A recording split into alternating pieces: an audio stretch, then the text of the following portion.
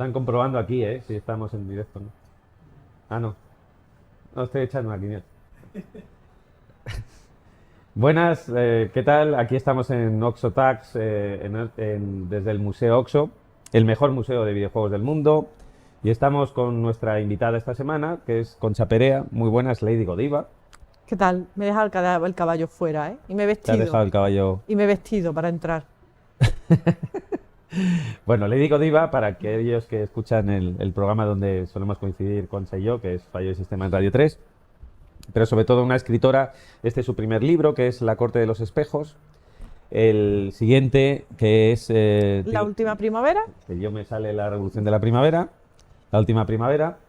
Y sobre todo profesora de narrativa en la Caja de Letras y una profunda amante, tanto de la escritura, evidentemente, que es su oficio, como de los videojuegos. O sea, no hay videojuego que no le suscite interés, ¿no? Evidentemente no todos, pero sí bueno, que sí. eres una gran amante de los videojuegos. Hay que decir que estaba invitado, y quizás habéis visto anunciado a Carlos Sisi, pero a última hora pues no ha podido estar, se ha excusado. Así que estamos solos frente al destino. La vida impone su narrativa y nos ha quitado a Carlos Sisi. ¿He exagerado con lo del mejor museo de videojuegos No, yo no del he visto mundo? otro, pero estoy convencida de que no, es verdad. Que te ha gustado, ¿no? De Sí, verdad. sí, sí, sí, sí. Que hemos estado... Sí, y además ya tengo que traer aquí a mi compañero de Caja de Letras y entonces lo dejaré dormir en el museo porque se pondrá con las máquinas retro y no saldrá nunca más.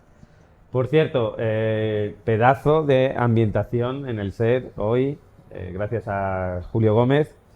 Ya se me ha olvidado el nombre de Guille. Es Guillermo Antonio Y, y el apellido... Bueno, Guille, del museo, que nos ha ayudado también a poner estos estupendos monitores. Le he dicho incluso a Guille, oye, podríamos poner la cabeza de Mashidron. Sí. Si volvemos a hacer esto, lo podemos Sí, hacer. sí, sí, Y sí. eso sería un toque guay. Si sabes quién es Mashidron, tienes un problema de edad. ¡Oh, estás muy bien informado! O estás muy bien informado, también es verdad. ¿Sabéis de los que estáis aquí quién es Mashidron? Uno, dos. Bueno, pues no está mal, ¿no? No está mal, no está mal. Pues vamos a hablar de esos guiños y ese puente entre la literatura, el sexto arte, y los videojuegos, el décimo. Uno de los puentes, evidentemente los videojuegos desde el principio se fijaron en las historias literarias, hay aventuras conversacionales que nacen directamente de las aventuras literarias. Luego podemos hablar incluso de Bandersnatch, si es un videojuego o no, y los elige tu propia aventura. Pero antes de nada, como profesora de narrativa, me gustaría que aclarásemos en plan didáctico la palabra narrativa, que la usamos muy alegremente. Y solemos decir de un videojuego que tiene una narrativa muy interesante, pero casi siempre nos fijamos en lo que es la historia. O sea, es que tiene una narrativa guay, Fallout, ¿no? Que habla Sí. de un futuro distópico o una anacronía donde ha habido una caída de una bomba nuclear, pero la narrativa es mucho más que eso, y hay juegos que en principio no tienen historia, como Tetris, que tienen una profunda narrativa y hay que analizarla. Entonces, esta puede ser, empezando por el término de narrativa, una de las diferencias entre, cuando estamos hablando de narrativa de videojuegos y narrativa de literatura. ¿En qué consiste la narrativa dentro de los videojuegos y cuál es la diferencia con la literaria?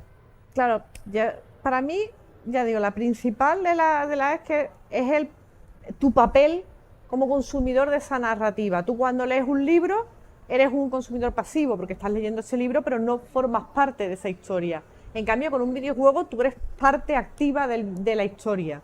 Luego además es que muchas veces eso, en narrativa siempre tenemos el concepto global de narrativa, que es una historia en la que tiene un nudo, un principio, un desenlace, unos protagonistas y una trama. Y eso no quiere decir que en los videojuegos no las tengan, también las tienen, pero evidentemente en unos juegos es muy evidente. Te pones a jugar un Red Dead Redemption 2 que evidentemente casi se pueden ver como si fueran una película, ¿no? Pasa que por mucho que sea Arthur Morgan, el protagonista sigue siendo tú, que eres el que lista a sus personajes, pero luego hay otras historias que a lo mejor se nos escapan más porque no tienen una trama tan evidente, ¿no? Estábamos hablando antes de Space Invader, pues por ejemplo Space Invader tiene una historia.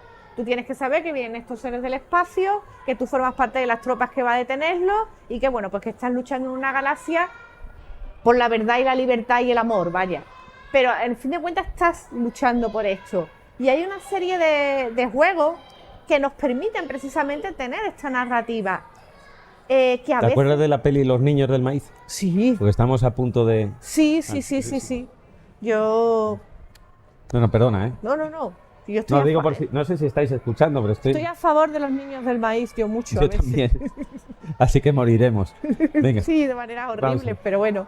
También la de Chicho Ibáñez Serrador, de quién puede matar a un niño. Tú no te lo piensas de vez en cuando. ¿Quién puede matar a un niño? Dices tú, Y Chicho, la famosa frase de Hitchcock. No se puede trabajar con niños, con caballos y con un con... animal. No, era con niños y con animales. Y con Charles Lawton, ¿no? Era. Bueno, puede ser. Sí. Yo ya sus fobias con los actores, que tenía que ser muchas. No, Y con las actrices no te digo nada. Bueno, Tippi Henry tiene mucho que decir ahí. El caso es que muchas veces estas narrativas no son tan fluidas, pero sin embargo lo son. Yo el otro día, por ejemplo, debatía con un amigo mío si un Tamagotchi es un videojuego. Y estaba ahí, sí, no, va, cada uno da sus razones, pero yo le decía, pero lo que no puedes negarme es que un Tamagotchi tiene una narrativa.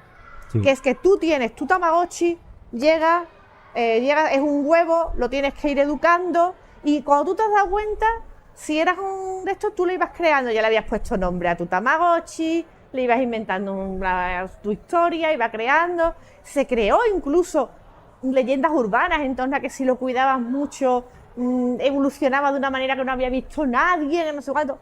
Eso en el fondo es ir generando una historia, y los videojuegos siempre han tenido mucho esa parte.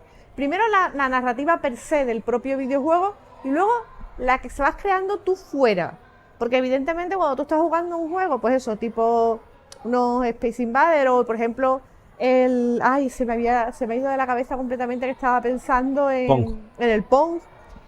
No es el juego que tú estás creando, es el que tú te inventas con la persona con la que juegas. Igual estás jugando el final de la Copa Davis en el salón, ¿vale? Pero esa es la narrativa que creas tú, que es muy interesante y que evidentemente siempre ha estado, siempre ha formado parte del videojuego, que no es precisamente lo que tú le cuentas al jugador, sino lo que el jugador se monta en su casa y por la razón por la que juega.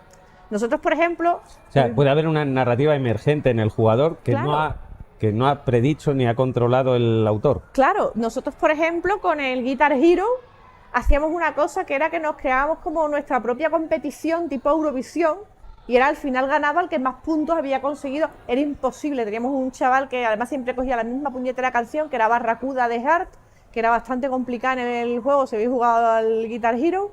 Aquí arriba tienes en la tercera una buena. Sí. Sí, había 2 o 3 canciones muy infernales, pues el muy mamón siempre cogía la misma. Era imposible llevarle el ritmo, con lo cual siempre ganaba la Eurovisión de mi barrio, ¿vale? No se podía hacer de otro modo. El caso es que precisamente esa es la gracia. Dentro de lo que cabe, incluyendo que Guitar Hero ya tiene una narrativa, o sea que es un juego que sí que tiene dentro de lo que cabe una historia. Pero precisamente la gracia está en que hasta hace relativamente poco los videojuegos tenían una narrativa más limitada, pero cuando tú te ibas dando cuenta sí que la tenía. Por ejemplo, pensad en Street Fighter. Una persona vista desde fuera que no esté muy metida en el tema te va a decir que Street Fighter no tiene historia. Y sin embargo, vosotros habéis jugado a Street Fighter o al Mortal Kombat, sabéis que cada jugador tiene su trasfondo, viene de un planeta, sus técnicas de lucha son tal cual y cual, o sea, tenía un lore. Y precisamente luego mucha gente se enamoraba o jugaba siempre con el mismo personaje, no solo porque le gustaran las técnicas de combate o el skin de ese personaje, sino porque también le gustaba su historia. Yo, por ejemplo, no era tan jugadora de Street Fighter, me gustaba, pero no lo jugaba. Y en cambio sí que empecé a jugar mucho a Mortal Kombat. ¿Por qué? Porque las protagonistas de Mortal Kombat me parecían más interesantes que las chicas de Street Fighter. Entonces, para mí, como jugadora, que además en aquella época todavía había pocos referentes femeninos dentro del videojuego, de repente aparecía algo que sí que me interesaba, y claro que jugaba más con esa. ¿Por qué? Porque yo encajaba más con esa narrativa. Vale, mi madre lo horrorizaba que le arrancara la columna vertebral a la gente, pero cosas que tiene el directo. Ahí luego vino el código PEGI y, claro, y la preocupación, oye, quizás esto que está jugando esta niña no es para su edad. Que de todas maneras los PEGI se lo pasan un poco, porque el otro día había una señora comprándole a su niño de 12 años y estaba pensando comprarle el GTA V. Y yo lo estaba mirando diciendo, ese niño es muy joven para jugar, va a conocer a Trevor demasiado rápido.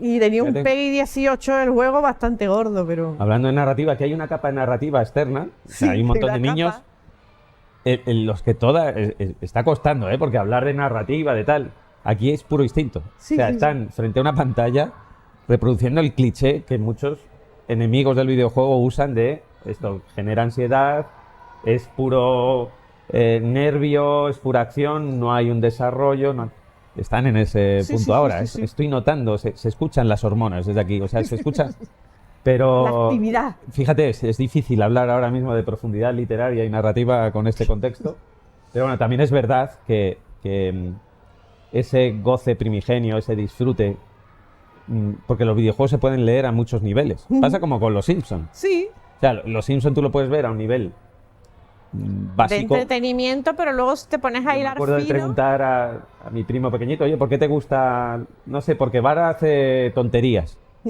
Claro, y no se daba cuenta de las otras capas que estaban por encima, que el niño ni las quería, ni las necesitaba, ni las podía leer, pero los guionistas de los Simpsons funcionaban en varias capas, ¿no? Sí, sí, sí. Y a veces los videojuegos son así. Sí, sí, sí. O sea, puedes llegar por puro instinto y por pura emoción ante un píxel moviéndose y la emoción de estar con otros y competir, pero de pronto a lo mejor en casa emerge esa... De hecho, yo creo que esa es precisamente de las cosas más interesantes que tiene el videojuego, ¿no? Que el videojuego te va a proponer una narrativa, siempre.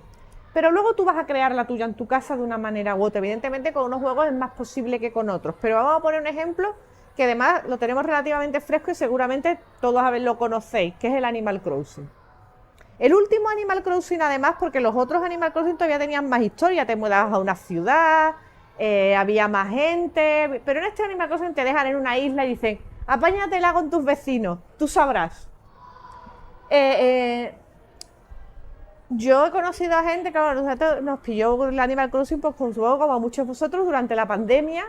De hecho, yo le estaba enseñando antes, que la traigo aquí, mi Switch de esto, porque mi Switch tiene la funda de Animal Crossing, porque es que me lo compré durante... Sí, mírala, aquí está, súper mona, que además yo, si tengo que hacer un viaje largo, siempre me llevo mi Switch, y además como tengo un marido muy esto me la compró verde para que pegara con el Animal Crossing, está todo perfectamente pensado. Siempre no te voy a comprar la limitada porque es una pasta, pero bueno, ya tienes un detallito, entonces pues vale. Mira, aquí va. Pues el caso es que nosotros conocimos a gente que con el tema de Animal Crossing nos decían, no, es que nosotros hemos creado nuestra isla un paraíso comunista, y tú decías, pero ¿cómo vais a crear un paraíso comunista si tenéis a Tom Nook al lado, que es el paradigma del capitalismo puro y duro? Si te está cobrando hasta por respirar, explícame cómo vas a socializar tú el Animal Crossing. Y entonces, cada uno se había montado dentro de su propia isla unas historias que además te contaban cosas que ya se habían inventado con los vecinos, con el no sé cuánto, con no sé qué, que yo decía, lo que hace el aburrimiento y la cantidad de horas que le estamos echando a esto.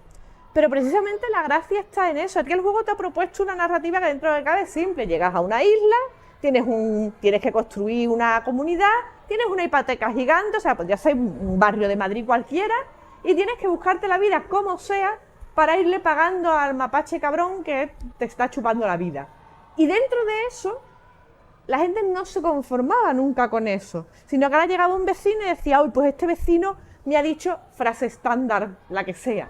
Y yo esto es porque este vecino tiene una vida secreta, no sé, te contaba unas cosas que tú decías, no sé de dónde te lo has sacado, pero te lo compro. Es más, llama a Nintendo, tío. Dijo, porque aquí hay un historieto maravilloso. Claro, es precisamente la gracia que tiene esto, ¿no? Que tú estás jugando a algo y... Nintendo, llama. Nintendo, llama a alguno de mis alumnos que tienen cosas fantásticas para ti. Hacía la referencia, ¿eh? No, es que es muy cutre la referencia. No, yo también la he pillado. Papá llama. Sí. Bueno. Pero digo, Ramón, estúpido velo. Pero la gracia está precisamente en eso, ¿no? Que lo que hace que la narrativa del videojuego para mí sea tan interesante es que en muchos juegos acabas superponiendo tú tu propia narrativa y acabas inventando tus propias cosas. Vamos a hablar de libros influyentes en videojuegos y después vamos a entrar un poco en el terreno sagas literarias y sagas de videojuegos por aquello de cumplir el titular de, Sí, de que esta. si no queda raro. Pero decíamos, mira, abajo estaba una foto de Will Wright, que es el creador de los Sims. Yo estaba preparando una exposición, por cierto, se puede ver ese documental si chequeáis en YouTube, Ciudades y Videojuegos, una conexión entre urbanismo y videojuegos. Bueno, pues sobre Will Wright mm, leí que él se había inspirado en Ciberiada de Stanisław Lem, Ujú. que es un relato donde aparece una suerte de dictador, ¿no?, que está recluido y le regalan una bola para que se entretenga, una bola del mundo que él puede ver desde aquí para que, como está recluido, está solo. Y claro, y ese plano cenital de él viendo un mundo que él controlaba dio lugar a los Sims. Me comentabas tú también que Lem había sido inspiración de Se me ha ido el nombre. Élite o de... No, del Elite, no, del... Coño, del... No, hay un... Que había que el Assassin's Creed también estaba basado en una novela. Lo que pasa es que de los años 60, lo que pasa es que ahora mismo no me acuerdo del autor. de Lem. No, de Lem no, Ah. es otro autor. Pero Assassin's Creed, el primer videojuego, está basado en una novela de ciencia ficción, Bueno. que es prácticamente lo que trae, lo que te cuenta el primer Assassin's Creed. Luego la narrativa se ha alejado mucho de esa primera novela. Por Pero cierto, reivindicó mucho a Assassin's Creed en esa visión del metaverso con ADN mezclado, Abstergo. a mí siempre ha sido una cosa que me... Por lo menos los primeros Call of Duty siempre ha sido una cosa que me ha gustado Assassin's. mucho. Eso es Assassin's Creed, perdón. Call of Duty, ¿por qué pensaba? Porque me Porque lo has lo tienes enseñado detrás. antes y además lo tengo ahí, tengo el cartel ahí, Call of Duty. Y luego también tenemos aventuras conversacionales. Bueno, aquí en España tenemos una maravillosa que es, bueno, el nombre de la rosa, que se convierte en la En Bahía la del Bahía Crimen, del Crimen. que es una adaptación mítica De Sherlock Holmes. O sea, El hombre de la bueno, rosa claro, es una claro, adaptación de Sherlock Holmes. con el aprendiz. Que de Guillermo de Baskerville es Sherlock Holmes y Atso de Mel, que es Atso. una especie de Watson. De hecho, Guillermo de Baskerville ya es un homenaje a Sherlock Holmes, vaya. Al perro de Baskerville. Sí, claro. sí. Y luego hay aventuras conversacionales que son muy interesantes y que aquí en España tuvimos una trayectoria. Yo recuerdo un Quijote, creo, recordar. Sí, había una versión del Quijote y también había un par de cosas más. Pero sobre todo yo creo que Yo creo El Señor de los Anillos. El Señor de los Anillos ha dado muchos videojuegos. Yo creo que es como ha sido siempre un... Sí, yo creo que es un...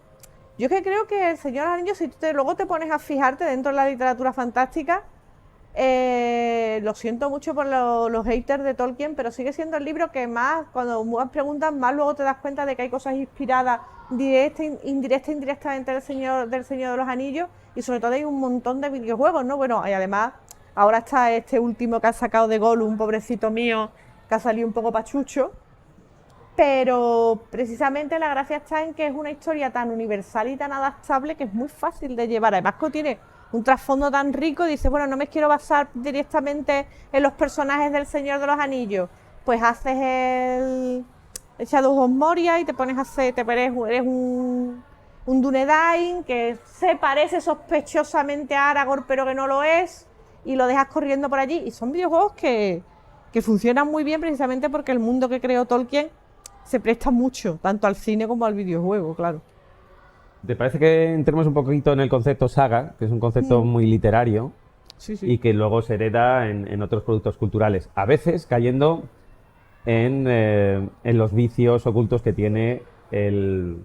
Es decir, bueno, es que no he hecho una novela, hago una trilogía porque es que está de moda y... Por cierto, me ha llamado mucho la atención cuando que este libro me lo has regalado, muchas gracias, que decías que el segundo no era una segunda parte, era una continuación. Sí, es que son dos cosas distintas. Yo por lo menos lo veo como unas cosas distintas. Como aquí en España vender una trilogía de lo que sea es muy complicado, por lo que sea los editores te dicen, una trilogía, es que no sé, esto publicarlo es difícil. Entonces yo lo que hago es que cada libro es más o menos autoconclusivo. Y te los puedes leer de manera independiente, pero si te los lees en orden, el primero, el segundo, estoy escribiendo el tercero, vas a entender la historia. O sea, si te lees cada uno suelto, vas a entender la historia, la vas a tener entera y no te va a pasar nada. Pero si quieres ahondar más en todo, tienes que leerte los 3 libros juntos. Pero no es obligatorio, los puedes leer sueltos. O sea, ¿te gusta el primero y no tienes ganas de leerte más? Pues déjalo ahí, ya está. Que fue la idea que yo tuve. Y un poco los videojuegos muchas veces también hacen esto.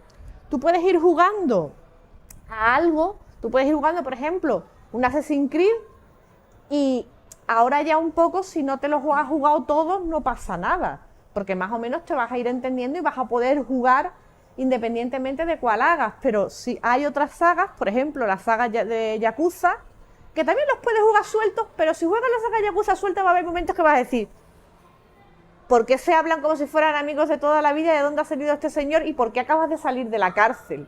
Dices, no, es que eso pasó en el Yakuza 4. Y tú, es que el Yakuza 4 no lo he jugado. Y así cuando te das cuenta te has jugado 8 Yakuzas. Un testimonio que le ha podido pasar a alguien, a alguna persona a la que yo no conozco, ¿vale? Precisamente, lejana. Pero precisamente el concepto gracioso y interesante de eso es que a veces las sagas, tanto las literarias como los videojuegos, el fin que tienes es que te los acabes leyendo todos o que los acabes jugando todos. Lo que pasa es que los videojuegos, que sí que tienen que ser muy autoconclusivos con respecto a las sagas literarias, creo, ¿eh? O sea, puede ser una de las diferencias. Hay una balanza que es difícil, yo creo, de calibrar, que es, por un lado, tengo que ofrecer un producto nuevo, es decir, la gente me tiene que comprar el nuevo videojuego de esta saga, que además vale un dinero con respecto a los libros importante. Es decir, y tengo que ofrecer algo nuevo, pero no me puedo pasar mucho porque tiene que estar relacionado con la primera entrega o la anterior entrega. También cuando hay un salto tecnológico, cuidado que la tecnología no borre la unidad de toda la saga. Entonces, es una balanza complicada en videojuegos, ¿eh? O sea, por un lado la novedad, por otro lado seguir anclado a la saga. Y yo veo que en literatura es mucho más libre. Sí, la literatura es mucho más fácil. Mira, pensar, por ejemplo, ahora mismo, precisamente en los Zeldas, en los 2 últimos Zelda. A ti te hicieron el Breath of the Wild, salió pepinazo, la historia, la narrativa del Breath of the Wild era muy interesante, además rompía algunas de las cosas que habían sido hasta entonces canónicas en los Zelda, y parecía que empezaba a introducirse un pequeño cambio, no mucho, que Nintendo lo de los cambios lo lleva despacito, pero ya había un poco de cambio. Ya Zelda no era solo una persona pasiva la que había que salvar, sino que ya estaba, bueno, aunque estuviera allí encerrada, era la que estaba reteniendo a Ganon hasta que tú llegaras, con lo cual ya no era tanto que tú fueras a salvarla a ella, sino que ibas a ayudarla a acabar su tarea, que son, bueno, vamos a poner que es un matiz, pero la historia, dentro de lo que cabe, acababa. Vences a Ganon, Hyrule está a salvo, y ahora viene el Zelda 2. O sea, veo que te vas a meter en spoilers. No voy a hacer spoilers. Y ahora viene el Breath of the Wild 2 y no voy a hacer spoilers. Y ahora tú dices, ¿y qué me vas a contar? ¿Cómo lo vas a conseguir? Porque además no me puedes volver a vender las mecánicas del primero, estaban muy bien. Y todo el resto de videojuegos quiere el salto de calidad. Si me vendes otra cosa que es muy parecida, no me va a interesar. Y ya no solo lo han conseguido a través de las mecánicas, por no meterme en spoilers. Pero fíjate, es una cosa que Tolkien no le importaba. No, claro. ¿Qué mecánica tenía Frodo? ¿Qué mecánicas? Pero aquí te cuentan otra historia, que es la continuación, porque realmente tú puedes jugar el Tears of the Kingdom sin haberte jugado el Breath of the Wild, pero si te lo has jugado los dos lo entiendes todo mejor. O sea que ya ahí hay una continuidad. Y segundo, la gracia está en que el cambio no es solo en que hayan metido mejores cosas, mejores mecánicas, que han cambiado métodos, que han cambiado cosas, sino que te están completando la historia que te habían empezado a contar en el primero. Y ahí sí eso es muy de saga literaria, o sea, ahí sí están cogiendo lo de, si te has jugado el primer juego, vas a entender mejor el segundo. Primero porque vas a saber dónde salen los personajes, vas a saber qué ha pasado. Sí es un juego que te da la sensación de que es la segunda parte de un primero. Que, por ejemplo, es algo que hasta entonces los Zeldas no habían hecho, porque todos los Zeldas eran autoconclusivos.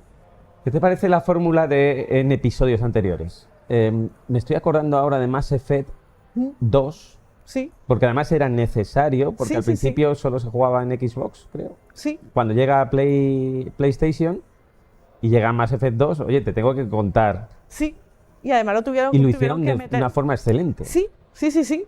Claro, porque la gracia de los O sea, fíjate, un salto de plataforma y- y dando por sentado. O sea, muchos no han jugado el 1, pero necesitan saber lo que ha pero pasado en necesitan el saberlo 1. porque vamos a entrar. Vamos a entrar en la historia, claro. Es que ahí es muy interesante precisamente los recursos narrativos que tú vas a utilizar para contarle a alguien, bueno, pues lo mismo que pasa en el Zelda, en episodios anteriores, si no te has jugado el episodio anterior, y ojo, que lo tienes que hacer de una manera inteligente, porque no puedes aburrir al que ya ha jugado el episodio anterior, no le puedes volver a contar toda la matraca. No puedes hacer lo típico de ir a un cajón Claro. y descubrir la historia del primero. Efectivamente, y hacer... Que eso también se hace mucho. Se hace mucho, pero que en realidad te acabas teniendo a un jugador que está leyendo en transversal y que no se está enterando de la misa regulero. Entonces tienes que encontrar el recurso, la narrativa que te permita que te enteres de lo que ha pasado en el primer videojuego, sin soltarte la matraca, sin aburrir a los que ya han jugado el primero, pero que tengas los recursos suficientes para entender el segundo. Y eso es una cosa que ahora, que antes no se utilizaba tanto, ahora se está empezando a utilizar de una manera más inteligente, porque lo que se hacía antes era lo típico de he encontrado un libro en un cajón o he dispersado por todo el juego 15 audios en un cassette y tú tienes que ir correteando por el videojuego, escuchándote los 15 audios que tú decías. ¿Quién es el sádico que ha ido grabando en 15 cachos una historia y la ha repartido por ahí en puzzle? Yo iba jugando al BioShock así diciendo, pero este señor no tiene nada mejor que hacer que ir repartiéndome trozos de su historia por ahí, que además los estoy escuchando en desorden. No, pero cuando los tengas todos los puedes escuchar en orden. Digo, pero tú me estás diciendo que este señor iba cada 10 minutos grabando algo y dejándolo tirado por toda la ciudad. Ah, pero ese recurso es muy habitual, el de las grabaciones. ¿En cuál? Ya se me ha ido. Un científico. Se usa un montón. Sí, sí, que estás también en un mundo donde estás descubriendo los experimentos y lo que iba haciendo y luego se iba de madre. Era Prey, ¿no? O sea, ya es más. Sí, pero en algunos casos puede tener más sentido porque, por ejemplo... A mí eso me gusta, porque me gusta mucho el audio. Claro, pero ¿te gusta cuando, por ejemplo, a mí... Dead Space está muy bien usado. Pero el Dead Space está muy bien usado. O, por ejemplo, en el Horizon Zero Dawn está muy bien utilizado porque son historias independientes de personas sueltas. No es la misma persona dejándote 15 trozos de una historia y dices tú, pero no era más fácil grabarlo todo el tiro en Arma de Cántaro, porque me las grababa a cacho y la he ido repartiendo por ahí. Claro, pero entonces son personas sueltas, son grabaciones que sí tienen una explicación de por qué cada grabación está en un sitio y no está todo junto en un hilo. Pero eso se hace ahora porque alguien precisamente jugaría estos juegos y diría, bueno, no tiene mucho sentido. Estamos volviendo a hablar de lo de la famosa, ¿cómo se llama?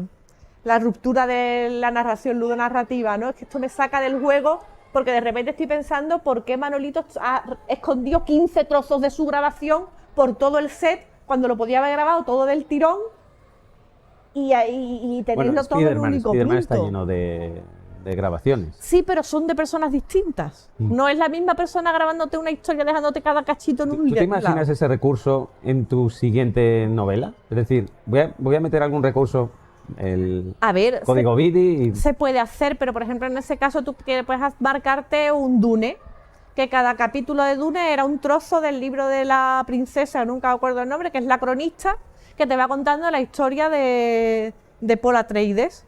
Porque ella ya la está escribiendo a toro pasado y te diciendo, cada trocito de capítulo te voy a contar un trocito de las crónicas de no sé qué y esto es lo que hizo Paul Atreides. Y tú dices, pero claro, en ese caso tienes el recurso que es una persona escribió un libro y tú estás leyendo los trozos elegidos que pegan con ese capítulo, que son las enseñanzas de esta señora sobre la vida de Paul Atreides.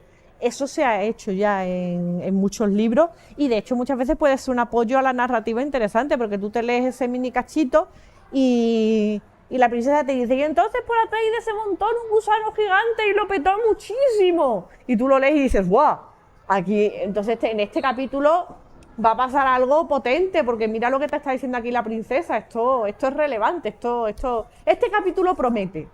Es un poco la entradilla de... Vamos a hacer un juego de intentar encontrar figuras literarias en videojuegos.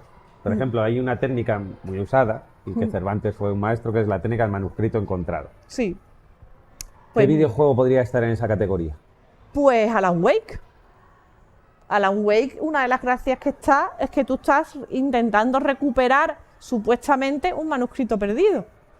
Que además es un homenaje a Stephen King Call of brutal. the Sea. El Call of the Sea también.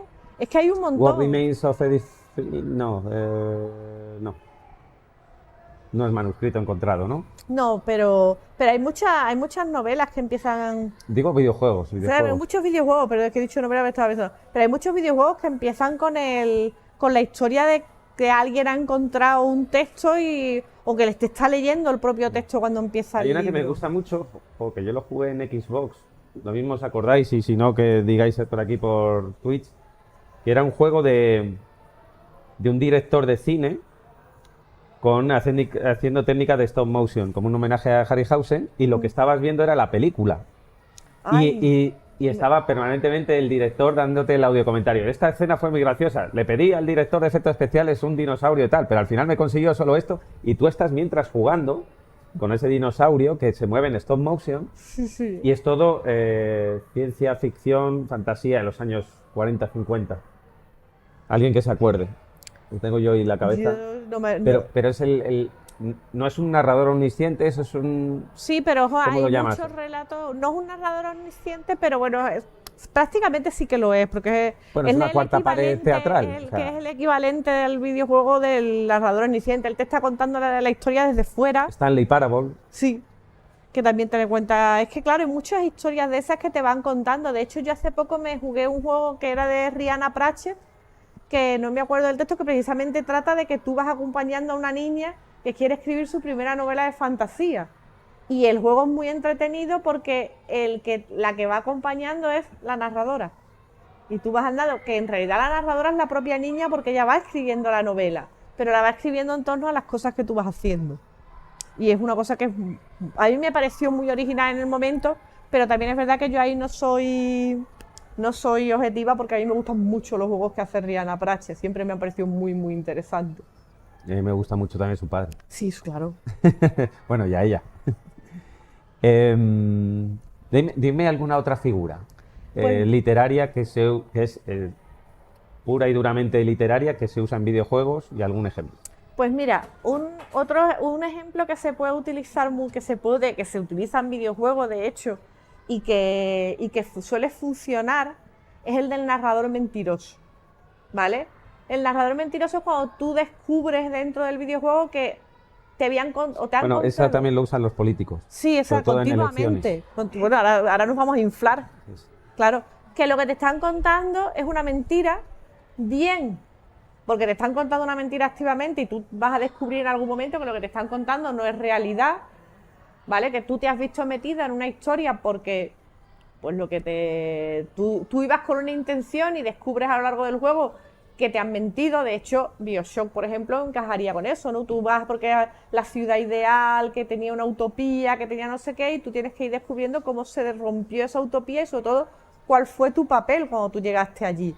Tú en ese momento tienes un poco un narrador mentiroso por el punto de que ni tú mismo sabes bien qué pasó contigo o cómo llegaste tú al juego.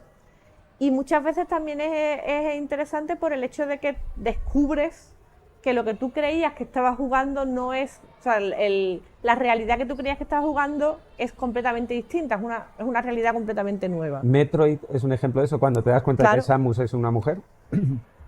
¿O no? No, eso realmente es que la gracia está en el que yo creo que con el tema de Samus, el hecho es que, bueno, cuando tú descubres que es una mujer, yo diría que eso es un punto de giro, ¿no?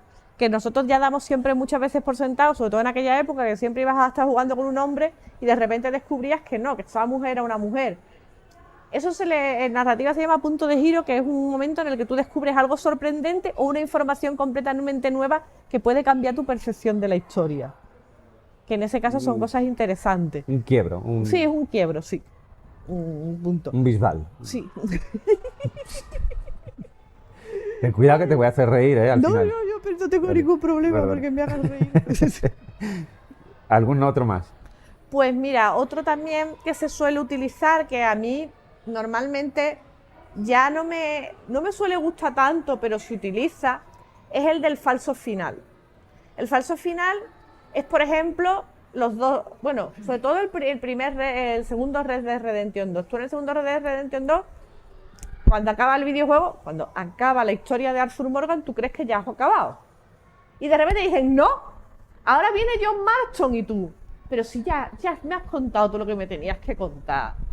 ¿Por qué? Porque tengo que enlazar este juego para que entiendas qué fue lo que pasó en el primero. Y tú, sí, pero ya no es tan emocionante, si es que ya está, si es que yo estaba jugando con Arthur Morgan, no es lo mismo, es el postgame. Muchas veces este juego del postgame puede ser interesante o puede ser un aburrimiento. A mí, por ejemplo, me pasó con Tolkien. Yo cuando Frodo acaba tira el anillo al Monte del Destino, la novela debería acabar aquí. Yo el momento en el que Sam llega a la comarca y me dice, y ahora bueno, está aquí Saruman, y yo, me importa una mierda. El anillo ya está destruido. ¿Por qué me haces este postgame tan largo? ¿Por qué me haces este...? Porque ahora lo último que te tengo que contar es lo que pasa con Sam. Dice, ¿por qué llega a la comarca? Arregla un papelillo que tenía por ahí, pero si sabemos que al final va a acabar feliz, casado con Rosita Cotto y heredando bolso encerrado. No necesito. No, pero yo te voy a contar lo de Saruman y tu Tolkien, por Dios, no hace falta. De verdad que no hace falta. Pues muchas veces los videojuegos copian este vicio que es de, parece que el juego ya ha acabado, sí, no, ahora tienes postgame y tú. Pero que ya no me interesa, ya la historia ha acabado, ya... Bueno, pero por si quieres seguir jugando. Normalmente si sigues jugando es porque hay algo has dejado sin hacer o algo hay que te interesa mucho. Pero normalmente es de, no, si yo ya la historia ya la he acabado, ya para qué, seguir jugando para qué. Vamos a Rockstar. Yo defiendo que GTA V es la gran novela americana. O sea, es un pedazo de historia increíble. Yo estoy contigo. Yo todo lo que sea Rockstar está en mi corazón. Eso sí.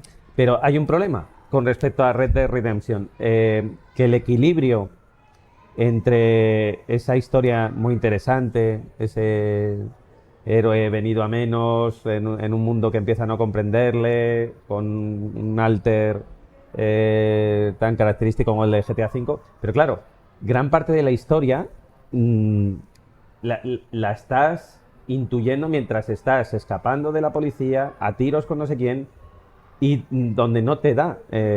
Además, cuando usa tanto el lenguaje de la calle, no me da el inglés para enterarme, empiezo a leer los subtítulos.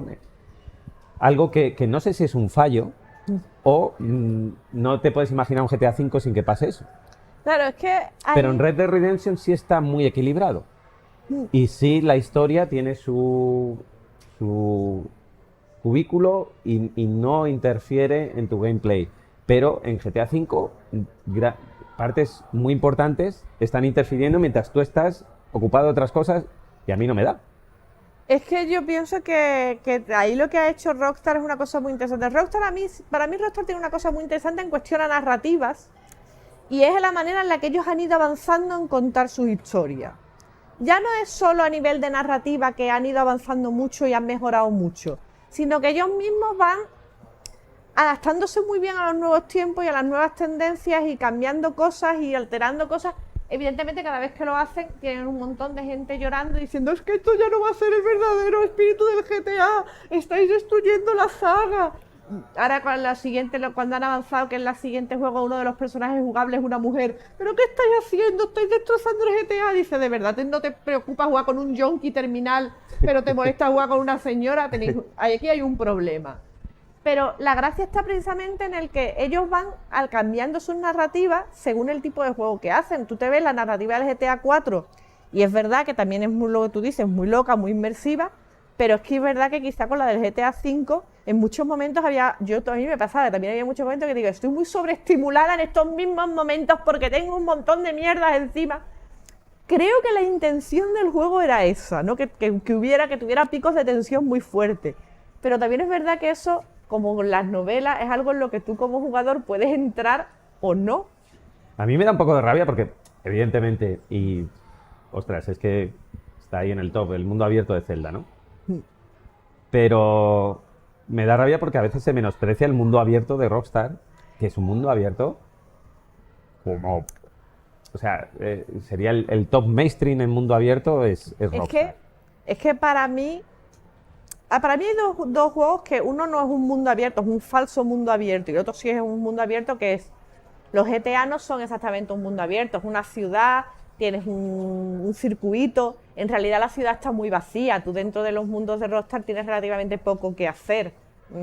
No tiene una cantidad de tiendas y una cantidad de sitios a los que puedas ir, sino simplemente tienes un circuito Pero por el está que... lleno de vida y las Sí, actividades pero online, o sea, la gracia que tiene es que tienes un montón de cosas para ver y para ir haciendo, pero digamos lo que puede, muchas veces la ciudad está muy vacía, pero tú ibas al Red Dead Redemption 2 sí, pero y en no Red Dead- había un montón, o sea, si estaba vacío encontrabas tú algo que hacer, Sí, que también es lo bueno que tiene el Zelda, que tú dices, voy a pasearme por el páramo este. Y tú crees que no te vas a encontrar nada y de repente te encuentras un señor con una lámpara que te dice, ¿quieres un plátano recio? Y yo, ¿y tu plátano recio es el que te voy a dar yo a ti?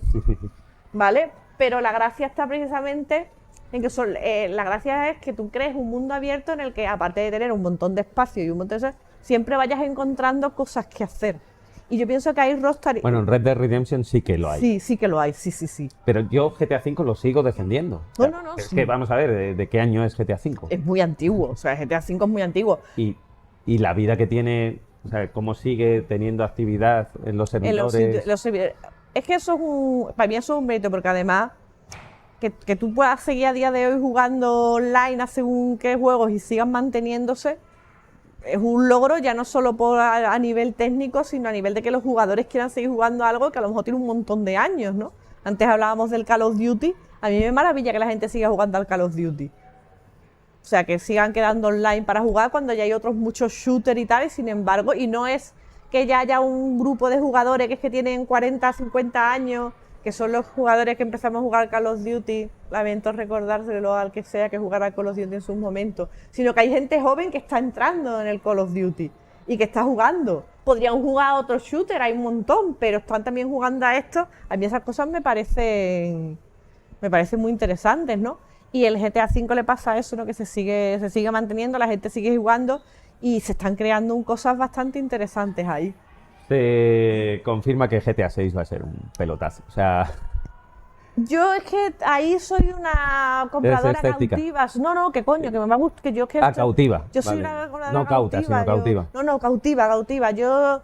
Me pasa como con Ryoga Gotoku con los Yakuza, que a mí ya me la han vendido, o sea, pero que luego igual me llevo la decepción, pero yo de primeras es sí. Dice, pero que es otra vez Kiryu Kazuma, que se supone que me da igual, dame más. Hablando de compra cautiva, y te voy a tocar un tema off topic, pero mira, yo creo que lo voy a hilar de una manera que creo que lo vamos a llevar a nuestro terreno.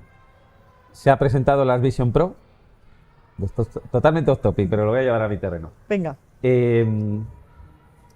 Y hay un relato detrás, no de las Vision Pro, sino de Apple.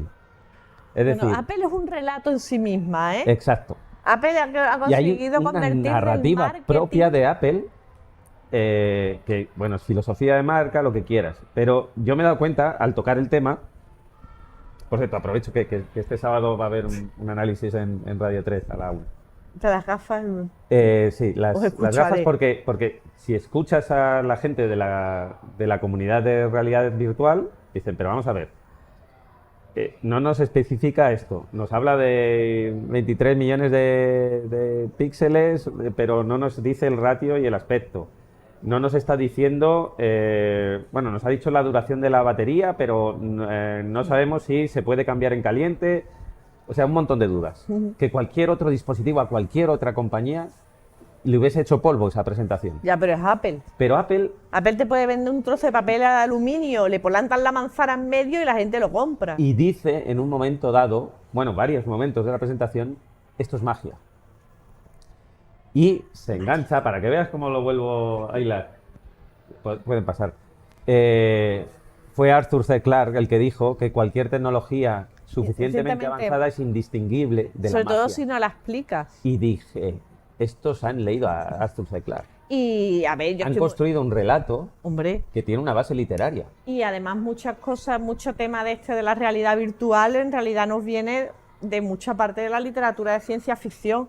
Están los juegos de Ender, está Ready Player One, que es un juego que es a lo que aspiran ahora, el metaverso lo que aspira ahora es llegar a Ready Player One.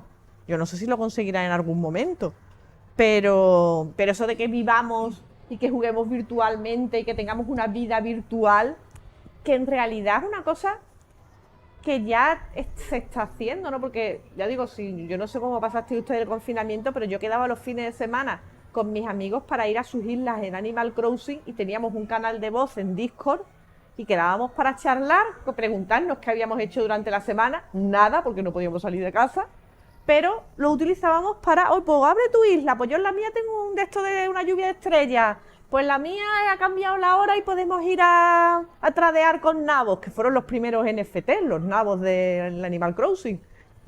Todo el mundo quería tener sus nabos, pero luego lo del valor ya lo podemos pensar. Son cosas que la literatura ya te ha profetizado en muchos casos. El hecho de que queramos vivir en un mundo virtual, que prefiramos el mundo virtual a la realidad, porque son muchos tropos, son los grandes tropos de la ciencia ficción en algunos casos. Lo que pasa es que, claro, cuando la realidad está estirando ese límite, donde ya la ciencia ficción no habita, porque estamos viendo dispositivos como el Neuralink de Elon Musk. Que es un Pero vamos a ver, ¿tú te dejarías poner un chip por un tío que todavía no ha conseguido que los putos cohetes se levanten mucho del suelo? No, perdona, vamos a ver. Yo es que a mí me da miedo que ese señor vierta un poco el cerebro. Elon Musk, en la parte de aeroespacial, todos mis respetos, primero porque está con la NASA y segundo porque todos podéis ver los vídeos de pruebas. Ha habido algún fail, pero es que la ciencia es así, no puede acertar la primera. Si quieres te pongo 100.000 ejemplos de Bob Brown. Pero a mí me da un poco de miedo más lo de que me ponga un chip. ¿Has visto la imagen de los dos cohetes aterrizando simultáneamente que parecía CGI en una isla? ¿Lo habéis visto todos? Sí, ese sí. Ojo. Lo otro es humo a veces de procedencia extraña, pero ahí cuidado. A ver, Neuralink tiene un problema enorme y es que es un dispositivo que él vendió o intentó vender en su momento como un wearable, es decir, esto lo puedes comprar como un iPhone, pero claro, la comunidad científica y neurocientíficos de primer orden, que algunos yo consulté, no tenían ni idea de este dispositivo. Dice, es que no... O sea, él esencialmente no ha inventado nada. Volvemos con lo de Apple. Sí. Esencialmente no han inventado nada nuevo, como cuando presentan la tablet. La tablet no es un invento de Apple, pero mete su filosofía, su relato, su ecosistema. ¿Y sabes de dónde vienen las Apple? Se inspiraron en los pods de Star Trek. ¿Qué él dice? Las tabletas que llevaban los de Star Trek, pues los diseñadores de la tablet... Pero previamente ya hubo una. Sí. Creo que era de... Bueno, había una de Microsoft y... Sí. Pero los de Apple, los creadores de Apple siempre mantuvieron su narrativa era, nosotros de pequeños veíamos Star Trek y nos flipaba. Precisamente el nuevo tema de la ciencia ficción que se tratará en los videojuegos, ya se ha tratado en los videojuegos y se está tratando ahora mucho en los libros, es los de la inteligencia artificial. Yo me estoy leyendo ahora este libro que se llama El Gurja y el Señor de los Martes, que es un libro que está muy bien, acaba de salir, lo acaba de sacar la editorial Duerme Vela. Julio, te enseño esto a cámara. Julio, ¿puede alguien enseñar esto a cámara?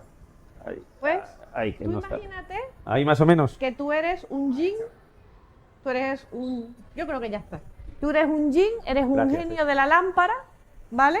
Y te acabas de levantar en un futuro, no sabemos si es un futuro muy cercano, pero prácticamente el cambio climático ha arrasado prácticamente la Tierra y la humanidad sobrevive en algunas ciudades en las cuales ya no gobiernan los hombres, sino que gobiernan unas inteligencias artificiales, que se llaman karma. Las inteligencias artificiales funcionan de puñetera madre. ¿Se llaman? Karma. Ah, karma. La inteligencia karma. Karma. Del karma. Las inteligencias artificiales funcionan genial. La sociedad es justa, la gente no tiene que trabajar si no quiere, nadie pasa hambre, pero los humanos se aburren. Y de repente llega, y además se tienen que gobernar por las leyes del karma. Si haces cosas buenas, tendrás puntos de karma. Si haces cosas malas, se te quitarán puntos de karma. Con lo cual, la gente es buena. Pero ahora llega el Jin, que es un genio que concede deseos. Y de repente la gente empieza a decirle, porque yo no puedo hacer cosas malas porque me quitan puntos de karma y entonces viviré peor. Pero ¿y si le digo al Jin que es irrastreable, le puede dar un infarto a mi vecino que lo odio? ¿Puede haber un terremoto en no sé dónde y que le caiga encima la casa a mi vecina? Y además la inteligencia artificial no puede hacer nada con eso porque no lo ha provocado nadie, son efectos naturales, no te puedo quitar puntos de karma. Y los humanos se dan cuenta que de repente hay una entidad que puede hacer lo que la inteligencia artificial no les deja, que es ser malos. Y todavía estoy por la mitad y no sé cómo va a acabar, me huele que mal. Pero precisamente ahora mismo una novela que supuestamente la inteligencia artificial ha construido una utopía, te dice, ¿y si a los humanos nos ofrecieran una utopía y aún así no la quisiéramos? Y creo que, por ejemplo, este es un tema que vamos a ver mucho pronto, ya lo estamos viendo mucho en literatura, lo estamos viendo todos los días, y dentro de nada sale un videojuego que tu próximo enemigo es una inteligencia artificial. Ya ha habido alguno. Pero bueno, y tiene S6, tiene 2001, dice en el espacio, que tu enemigo era ¿Portal? el robot. Sí, es verdad, Portal. Pero bueno, habrá que buscar los límites de la ficción según va avanzando la tecnología. Pero el relato de un dispositivo como es este que viene a cambiar es que es alucinante. Fíjate que incluso lo de la pantalla con los ojos que se refleja hacia afuera es un trampantojo. Es decir, estamos vendiendo por un lado que es un dispositivo, además es de vidrio, porque parece que es transparente, pero no lo es, donde tú estás. No, esto no es VR, decían, esto es realidad aumentada. Y esto es un nuevo estándar, se llama computación espacial. Es que son maestros del relato. Sí. O sea, estoy seguro de que hay guionistas detrás del hardware que construyen esto, ¿no? Cuando fíjate que yo me estuve documentando viendo la presentación del iPhone de Steve Jobs. El gran leitmotiv de esa presentación que vino a cambiar todo es esto no es la BlackBerry, no hay botones. Hubo un tiempo que los teléfonos estaban llenos de botones, sobre todo los que eran para trabajar, pero que tampoco quiero un lápiz. O sea, tengo que morir Steve Jobs para que presente el Apple Pencil. Es decir, no, es que esto se pierde. Yo quiero, y ahora han vuelto a esa filosofía minimalista de integración con uno mismo, con tu creatividad, de no necesitas más que los ojos y las manos. Nada de interfaz. Es decir, son relatos que me interesaría, de hecho, mira, yo creo que para la próxima te invitaré. Me interesaría la opinión de autores de ciencia ficción para analizar esto. Por cierto, que los autores de ciencia ficción Han dado muy buenos videojuegos. han dado buenos videojuegos y también a la hora de predecir. Que, lo diré, Orson Scott Card era el escritor de las peleas del Monkey Island. Ah, sí, verdad. Que decía que, y esto es público, el ejército francés reclutó una serie de escritores de género de ciencia ficción para preparar escenarios probables, factibles, y que para prepararse, defenderse de ciertos ataques. Es decir, que los escritores de ciencia ficción y los de género los tengo mucho respeto por eso, porque sois... Pero ahora, ¿dónde está el futuro una vez que te lo están poniendo delante, con un aparato físico? En China se hizo un experimento que todavía está en funcionamiento. Los chinos tenían una duda, que era, ¿cómo puede ser que nosotros tecnológicamente estamos avanzados, pero que nos falta innovación? Somos muy buenos copiando, pero no somos tan buenos innovadores en comparación con otros países. Y decidieron hacer un estudio, y descubrieron una cosa bastante curiosa, que era que muchas de estas personas que eran innovadores y que estaban haciendo cosas punteras habían sido o seguían siendo grandes lectores de ciencia ficción. ¿Qué pasa? Que en China la ciencia ficción que llegaba era poca o estaba muy capada. Entonces ellos han empezado a crear sus propios escritores. Habréis escuchado hablar de Cixin Liu y de una serie de autores chinos que están empezando a llegar a España con sus libros. Pues esto precisamente es un poco una práctica de que China está empezando a crear su propia ciencia ficción con autores chinos, precisamente para estimular esta creatividad dentro de su frontera, porque la ciencia ficción china existía, pero no era tan amplia o no era tan famosa como podía ser en otros sitios. Y ahora mismo es lo que están haciendo, están creando su propia ciencia ficción, dándosela a leer a la gente para precisamente motivar la innovación tecnológica, que de todas maneras ya están ahí, que yo siempre digo que los chinos, que TikTok, el algoritmo de TikTok funciona y otros algoritmos no. Cuidado con los chinos que vienen fuertecitos. pero precisamente es una de las cosas, están creando su propia narrativa para poder ser innovadores. O jugar videojuegos. O jugar videojuegos. Yo fíjate, cuando... Aquí soy un poco bruto, ¿no? Defendiendo al jugador de videojuegos, porque creo que te entrenas de alguna manera. Tu mente se hace elástica y se acostumbra a la sorpresa, a la maravilla, a aquello que siempre estás yendo más allá de lo que estás viendo. Un videojuego siempre te acostumbra a eso. Te acostumbra a intentar siempre lo imposible, porque aunque fracases siempre lo puedes volver a intentar. Tiene una serie de características que yo creo que te hacen mentalmente, no voy a decir superior ni mucho menos, pero sí diferente, más rico a la hora de enfocar los problemas. Cuando se hizo el gabinete de crisis aquí con la pandemia, de verdad que lo dije una vez, se reían y yo lo decía en serio. Digo, ¿por qué no llevan a un especialista en videojuegos? Sí. A un desarrollador de videojuegos. Que te va a ayudar a enfocar el problema de una manera totalmente tangencial y seguramente te va a ayudar a desbloquear los problemas. Un ingeniero siempre sea como Elon Musk. Él no se preocupa de los temas éticos de, oye, ¿qué pasa si me meto en el...? No, yo sé hacer cosas pequeñas y que funcionan. Aquí tenéis el cacharro. Ahora vosotros apañaros con ello, ¿no? Pero ese punto de vista, igual que el de desarrolladores de videojuegos y jugadores de videojuegos, creo que es muy interesante. Sí, y luego te viene una cosa que Pedro la gente... Sánchez y que tomen nota. Que luego hay otra cosa que la gente no tiene en cuenta con los videojuegos. De hecho, solo soy, y yo es una cosa que tengo experiencia porque pues, hacemos charlas en institutos y demás, y es que muchas veces los críos que no son lectores llegan a los libros a través de los videojuegos. Por ejemplo, Andrés Pakowski lo negará porque él odia los videojuegos de The Witcher, pero yo conozco a muchísima gente que no conocía The Witcher hasta que conoció el videojuego, se engancharon a la saga, empezaron a leer The Witcher y luego han seguido leyendo otras cosas. Con lo cual muchas veces es lo que decimos, estamos consumiendo narrativas. Si la narrativa del videojuego te gusta, tú vas a seguir buscando narrativas parecidas y si no siempre las puedes encontrar en los videojuegos, las vas a encontrar en el libro y las vas a encontrar en el cómic. O sea, eso de que los gamers no leen, evidentemente habrá un número importante de gamers que no lean. Pero también es verdad que hay muchos de estos gamers que después de no tener afición lectora por el motivo que sea, acaban desarrollándola precisamente porque la narrativa del videojuego les gusta y quieren encontrar más de esa narrativa y la encuentran pues precisamente en cómics, la encuentran en novelas, la encuentran en otras cosas, incluso en fanfic. Porque si vosotros no sé si seréis usuarios de Wattpad, pero hay muchísima gente escribiendo narrativa alternativa a los videojuegos como fanfics y como tal, y que las están colgando en online precisamente porque les gustó el mundo que jugaron y quieren seguir desarrollando la propia historia más allá, su propia historia, su propia versión, que es una cosa que a mí me resulta tremendamente interesante, ¿no? Que es precisamente eso, tú has jugado algo, te has adueñado de ello, te has encariñado, la historia se ha acabado, tú quieres más, pues me la escribo yo.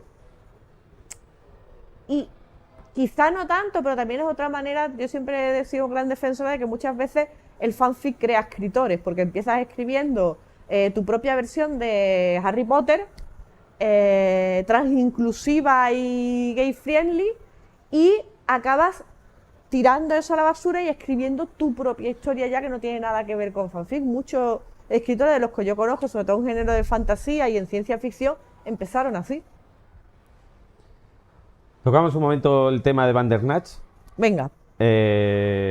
No sé si lo conocéis todos, es una temporada de Black Mirror que se resume en un episodio interactivo que se emitió en Netflix, donde tú decides varios caminos. Recuerdo que Alex de la Iglesia habló de lo maravilloso que era Bandersnatch y que quizás cine o parte del cine podía ir por ahí, es decir, mezclarse un poco con este tipo de narrativa, pero que el origen no era tanto los videojuegos. De hecho, le echaron en cara el señor Alex, como echándole también que era mayor. Alex, esto se llama videojuegos. Y él decía, no, esto se llama Elige tu propia aventura y una narrativa que viene de la literatura, no viene de los videojuegos. Alex, además, es una persona que conoce muy bien los videojuegos. Sí, sí.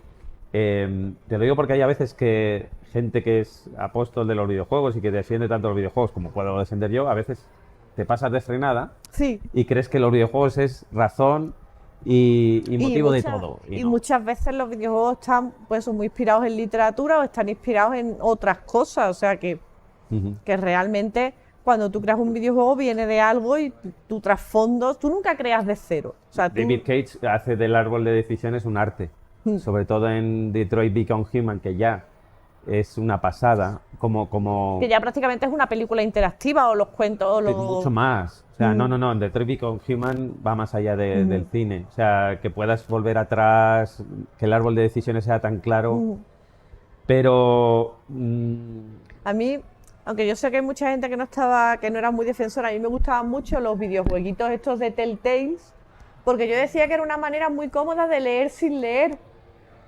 A ver, Telltale es lo que es, el árbol de decisiones en realidad no te va a llevar muchos finales distintos, hay muy pocos. Pero, por ejemplo, a mí el cuento que hicieron del Wolf Among Us, yo me lo bebí como si me hubiera... Yo me he leído los cómics de Fábula, ¿vale? Yo soy muy fan de Fábula. Y yo me los leí, yo me los disfruté como si estuviera volviendo a leerme el cómic. Lo que pasa es que esta vez era una película de dibujos animados en la que yo iba decidiendo un poco lo que pasaba. Y a mí eso era pues, también un poco lo que te gusta, ¿no? Que los personajes hagan lo que tú quieres. tengo aquí una pregunta un poco extraña. No sé si empezar ya en turno de preguntas. Primero también con la... Mientras, si queréis alguno hacer una pregunta. Yo os leo... Mike Bizarro dice, la historia de un astronauta que recurre a los pasillos de una nave perseguido por los fantasmas de sus compañeros fallecidos mientras busca pastillas. Bueno, Dead eso Space, es sí. Solaris. Eso es También Solaris. Solaris, sí, sí. Bien podría ser una coartada narrativa para Pac-Man. Sí. Pero ¿tiene sentido dotar de narrativa a juegos basados en jugabilidad pura, en mecánica pura y dura como Tetris o Pong? ¿O podemos vivir sin narrativa como en el porno, como decía Carmack? No me acuerdo yo. Eso del porno no lo recuerdo tampoco. Pero mira, incluso juegos que podían ser de habilidad pura, ponme que no... O sea, que Tetris sí, es el porno del píxel, puede ser. según... Pero, hombre, adictivo es, pero no da tanto gustito, no sé. Pero ponte un Rabbids o un Mario Party, que tienen mucho juego de habilidad mecánica y la narrativa es cortita.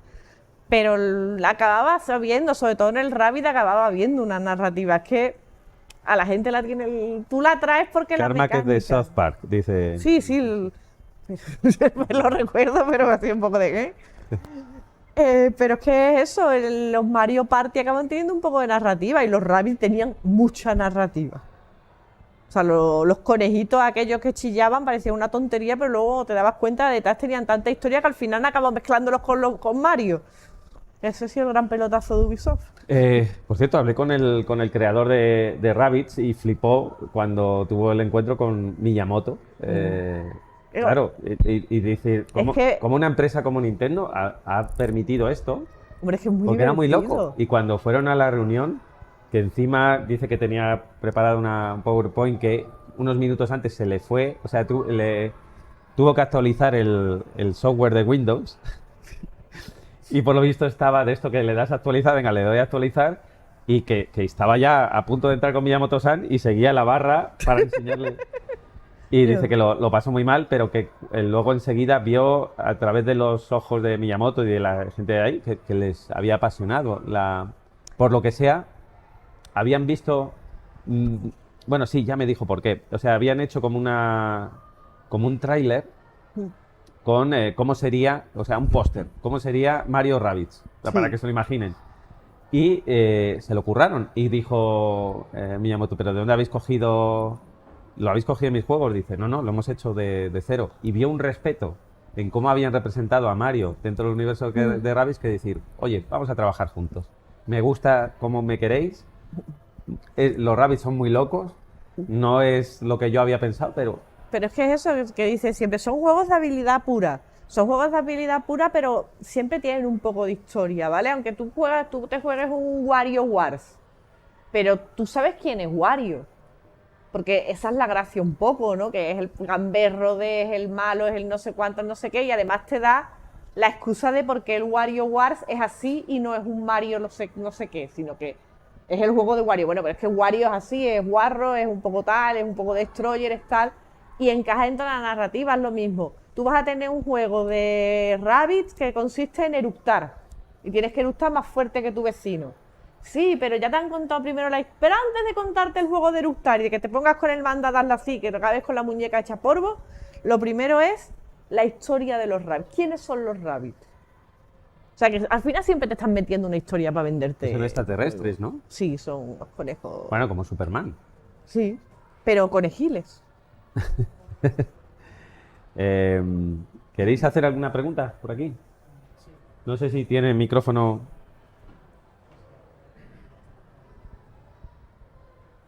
A ver, da un segundín. Que están ahí dándole al sonido. Sí. El Correcaminos y el Coyote tenían narrativa. Claro. También uno en- Sí, sí. Es que si no, no te puedes. Es que si tú quieres venderle una historia a alguien, tienes que crear una buena historia. Y aunque sea tonta, la tienes que Hola, funcionar. ¿funciona? Venga. Bueno, voy a preguntar igualmente. Había hablado sobre que muchas Se veces... escucha, ¿eh? Perfectamente. ¿Se escucha? Sí. Vale. No, que quería... lo que iba. Que habéis mencionado que muchas veces unos videojuegos empiezan en determinado ecosistema, por ejemplo en Xbox, y luego se hacen como multiplataforma. Y claro, el jugador, por ejemplo, de la consola, por ejemplo Sony, no se conoce el anterior, pero le tienes que dar como un inicio. Mass Effect, sí. No quería mencionar. ¿Qué opinas de lo que hace Kingdom Hearts, por ejemplo? Porque Es que lo de Kingdom Hearts es un locurón a tal nivel que si te dijera, ¿qué opino? Es que Kingdom Hearts es Kingdom Hearts, o sea, es que ahí no te puedo... ¿Cuántos juegos tiene ya? mínimo uno por consola. Es que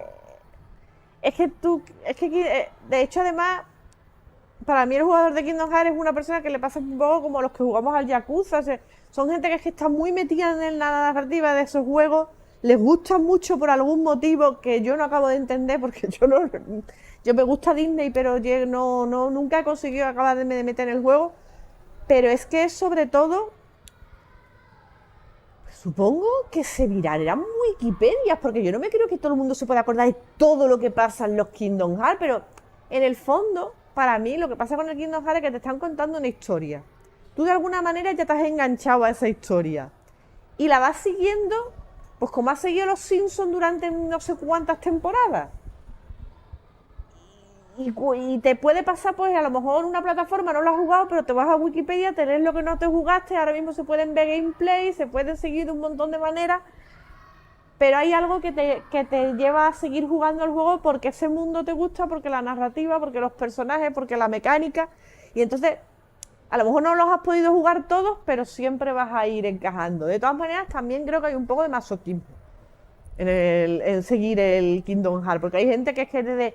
Pero tú te sabes, no, ya no lo sigo, pero es que yo voy a jugar Kingdom Hearts no sé cuánto y como este otro vuelva a sacar este otro personaje, pues ahora lo voy a volver a jugar. Y es de, pero te vas a perder todo, no te vas a enterar de nada, da igual. Y es de,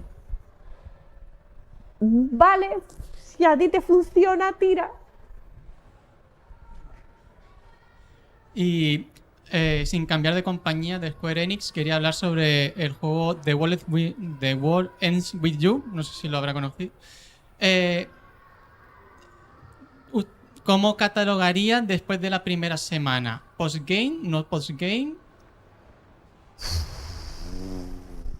Es que a ver, yo no diría que si es un postgame raro, ¿vale?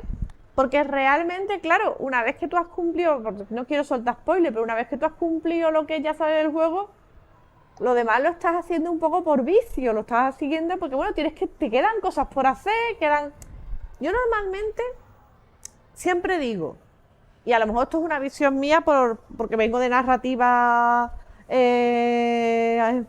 analógica y tal, Clásica, pero bueno. claro, vengo con la narrativa analógica y tal, que yo siempre digo que una narrativa normalmente te pone un objetivo: matar al malo, conseguir los 10 corazones de no sé quién, salvar el mundo. Una vez que tú ya lo has hecho, si lo que te queda por hacer son hilos sueltos y tramas secundarias, Evidentemente en narrativa eso es imposible porque entonces lo que estás haciendo es alargar la historia más allá de lo necesario y entonces tienes 15 tomos de Malaz y eso es el infierno. Pero en el juego yo te diría que ya en realidad lo que estás haciendo es un poco de postgame. No, a lo mejor no es un postgame clásico, pero en el fondo tú el juego ya, la historia ya la has contado. Lo que estás es un poco remachando cosas. Y quería también comentar sobre Castlevania Symphony of the Night. La primera escena, ¿tú crees que sería una buena forma de introducir al jugador al juego anterior? El juego empieza directamente, eres Richard y tienes que derrotar a Drácula. Es que claro, pasa lo mismo, quizá ahí venga porque yo conozco muy bien los Castlevania, o sea, porque yo es un juego que es que cuando tú te compras un juego que se llama Castlevania, un poco sabes a lo que vas, aunque no hayas jugado los anteriores, porque conoces.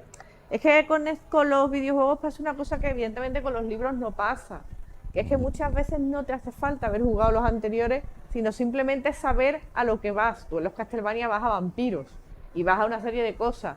Y lo puedes jugar aunque no hayas jugado un poco los otros. Te vas a ir enterando un poco de lo que pasa. A ver, es lo mismo que el God of War. ¿Cuánta gente ha empezado a jugar con el God of War con la versión griega y con la versión nórdica y no se ha jugado la griega? Porque yo de la griega no los he jugado todos. Me dio igual. Yo me empecé a jugar la nórdica y era de, bueno, te has perdido cosas. Y digo, tampoco me he perdido tanto, sé más o menos a lo que vengo. Ten cuidado que lo dices, que está Kratos aquí. Claro, lo estoy mirando, de hecho, no, ahí. No, ese, otro. Otro, es verdad. Bueno, pero... ¿Te importa ponerte aquí un momento? Parece muy simpático, Sí, porfa. Parece muy No, para simpático. que veáis, lo que estoy diciendo es que he estado viendo constantemente a Kratos. Te lo han dicho más veces, ¿no? Sí, me lo han Sí. dicho las patas. Que... Es el... No, ¿estás a gusto? Quédate, ¿eh? No, tranqui. Oye, muchas gracias. ¿Cuál es tu nombre? José. José, encantado. Pues Y perdona, ¿eh? Pues el caso es que un poco con los Castlevania pasa eso. A mí me parece una buena manera de empezar, pero es que realmente hay juegos con los que tú no necesitas que te expliquen nada, porque ya cuando vas a empezar por el título, es lo mismo que los Mario. ¿Te hace falta haber jugado un Mario antes? No, pero como los conoces bien sabes a lo que vas. Salvo con el Mario Kart, que a veces no sabes a lo que vas. Me he acordado de Katamari. Tú fíjate qué juego más loco, ¿eh? Sí. Y a lo mejor no hace falta ahí ponerle unas narrativas, esa bola cayendo y cogiendo... Bueno, pero en el fondo, bueno, es como el señor ahora ha sacado un videojuego, yo no lo he jugado, que es de un señor que va metido en una especie de olla y lo que tiene que ir es trepando, impulsándose con un palo. Ese es el juego. Tienes que ir trepando una montaña, impulsándote con un palo, estás metido dentro de una olla. En una olla. Sí, es un señor que está dentro de una olla, se va impulsando con un palo y va trepando una montaña. O sea que El juego técnicamente trata lo que está de buscando trepar. es que se te vaya que Sí, te bueno. vayas de la olla, ¿no? Evidentemente el que ha diseñado el juego en un buen día no tenía. Oye, pero lo está petando, ¿eh? Yo quería hacer una preguntilla respecto a lo del postgame. Yo quería preguntarte si lo defenderías, por ejemplo, en casos como el Skyrim. Si juegas al Skyrim, haces las misiones principales, vale, pero lo que se disfruta después también de las pequeñas Hombre, misiones es que- postgame, las podríamos llamar, porque están fuera de la historia principal. Es que si el postgame está bien hecho, se puede llegar a ver, es lo mismo. Por ejemplo, tú ahora con cualquiera de los dos Zelda, tú puedes jugártelo, puedes ir a jugar culo duro y ser uno de estos tíos que dicen, yo en calzoncillos mato a Ganon en las 50 primeras horas del juego. Y tú ya has hecho el juego. Pero es que luego tienes un montón de cosas que hacer, tienes un montón de sitios que ver, tienes un montón de tesoros de Namor, que es un señor que va escondiendo ropa por toda Hyrule para recuperar. Claro, es que ahí ya no es que se trate de un postgame, es que tú la versión principal la has jugado, pero todavía te quedan tantas otras cosas por hacer y se pueden disfrutar dando, que está bien. Pero no tanto porque, claro, ya Hyrule está salvada, pues ahora puedes hacer las cosas que no hiciste antes de salvar a Hyrule. El problema que puedes tener, por ejemplo, con el Red Dead Redemption es que tú siempre, además tú en este juego sigues jugando con Link. En el Red Dead Redemption 2 es que ya no puedes seguir jugando con Arthur Morgan, tienes que empezar con John Marston. Y la historia que tienes es cortita y lo que puedes hacer es reducido. con lo cual te están dando una versión descafeinada del juego. El problema no es tanto el postgame, sino lo bien que esté hecho el postgame. Es que tú en Skyrim te puedes pasar la vida. Lo que pasa es que también ahí, que eso es algo que tienen las sagas, que suele haber, God of War es un ejemplo magnífico, suele haber un vínculo emocional con el personaje. Saben que muchos jugadores de sagas son coleccionistas y completistas. Hombre, Es decir, claro. no puedo pasar al siguiente si no me he cogido Tengo todas que las hacer semillas el de color. platino, tengo que hacer el Y platino tengo que de este lograr el juego. platino. Eso es algo muy típico de videojuegos que no pasa en literatura, es decir, ese vínculo tan empático con el lector, en este caso con el jugador. Es decir, es que, bueno, sí, también es verdad que hay ediciones coleccionistas de libros Sí, pero... que luego busca la firma del autor y demás, pero aquí es que le dan a todos, y Nintendo se lo cuida mucho, saben que hay jugadores que son completistas Sí, sí, y sí. para ellos siempre va a haber algo. Y Y es más, hacerte- y le va a dar algo específico. Y hacerte un completo de un Zelda es un nivelazo porque los juegos japoneses para rellenar trofeos es de, bueno, y ahora te vas a echar toda la vida aquí porque para completar todo esto, que con los Yakuza tienes que aprender a jugar al mahjong si te quieres hacer platino. Y yo no le aconsejo jugar más. O sea, si entre los Maravilloso el mahjong. hay alguien que juegue el mahjong, yo lo respeto con todo mi corazón, pero yo no paso por ahí. Yo no lo digo, pero yo Te lo da fatiga intenté. ocular. Sí, yo empecé a intentar jugar y era de las reglas. Ah, pero ahora es esta regla. No, no, pero esta regla es así. Es como aprender japonés. Esta regla es así, pero ahí si el kanji tiene 2 palitos en vez de 3 ya no significa lo que tú crees y ahora es otra cosa y en vez de darte 6 puntos te da 2 y tú. Vamos, que acabo de perder, ¿no? Sí. Y yo, pues estupendo. O sea, pensé que sabía jugar hasta ahora que me acabo de dar cuenta que sigo sin saber. Ahí. ¿Alguna pregunta más? Yo tenía una más. Ah, vale. Bueno, no sé si una pregunta. Respecto a, ya volviendo un poco a la literatura, con esto del postgame que comentaba de Tolkien, en realidad yo quería defender desde aquí el postgame en la literatura y en los juegos. En los juegos con el ejemplo este de Skyrim, por ejemplo, pero hay muchos más. Y en la literatura, bueno, si no fuera por el postgame no tendríamos el Señor de los Anillos tampoco. Es que no, pero es que el Señor de los Anillos, Y ahí cambia, entre comillas, los personajes. Bueno, deja No, vivo pero- por ahí, pero bueno. Pero el Señor de los Anillos, yo sé que mucha gente lo considera como una especie de ampliación del Hobbit, pero en realidad,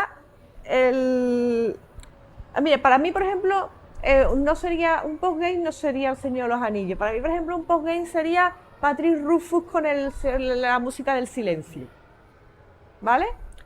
Que es un libro que él sacó en un momento, yo entiendo perfectamente las circunstancias en las que lo sacó, los lectores allí tirándose, el próximo libro de Patrick Rufus, por Dios, y Patrick Rufus en su casa con una depresión como un piano sin ganas de escribir. Entonces, presión de los lectores, presión de la editorial, escribe la música del silencio, a los muy fans les gusta, pero todo el mundo te va a decir, es un libro muy raro y no es lo que queríamos. Porque la gente no quería la música del silencio, la gente quería la conclusión del libro de Patrick Rufus. Y claro, ese es el problema, que muchas veces decimos, bueno, si le damos al lector o al jugador un poquito más de lo mismo, como es un poquito más de lo mismo y es de lo que él quiere, le gustará y lo disfrutará. Depende de lo que sea ese poquito más de lo mismo, porque a veces el poquito más de lo mismo no es lo que el lector o el jugador quiere. Y en ese caso es lo que pasa en el final de Red Dead Redemption 2. Si ese postgame fuera que tú puedes seguir con Arthur Morgan paseándote por las praderas, rescatando gente y pegando tiros, seguramente sería un postgame más interesante. Pero es que con George Maston no puedes hacer eso. Sí, bueno, pero yo que me voy a los libros siempre. Lo de Rufus, por lo menos él tuvo la decencia de avisarlo en el prólogo. Sí, sí. Eso sí. Si quieres, este no es el libro que tienes que leer. Sí, sí, sí. Por Él menos lo tuvo la avisó. decencia de No, avisarlo. eso él lo avisó y él lo dijo, y además ya te digo que es un libro que se escribe, pero también hay que reconocer que fue en muchos aspectos hubo mucha gente que se decepcionó porque esperaban otra cosa. Y ese muchas veces puede ser el problema. Si el problema no es que el producto sea mejor o peor, el problema es que tú estás jugando con las expectativas y cuando juegas con las expectativas tienes muchas posibilidades de quemarte. A no ser que seas un narrador muy bueno o una persona que conozca muy bien lo que espera su lector o su jugador. ¿Qué opinas entonces del libro nuevo que va a sacar de base? que lo saque.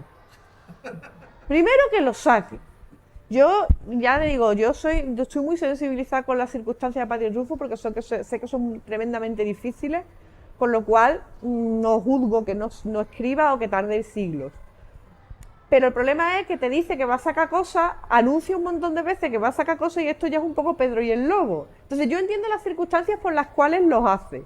Con lo cual yo ya, cuando él dice voy a hacer algo, yo me siento y digo, bueno, primero que lo haga y luego cuando lo leamos juzgaremos. Hombre, yo ojalá que lo saque y ojalá que sea una gran historia y ojalá que eso además sirva para que él se desatasque y acabe su historia. Pero por ahora solo lo ha anunciado.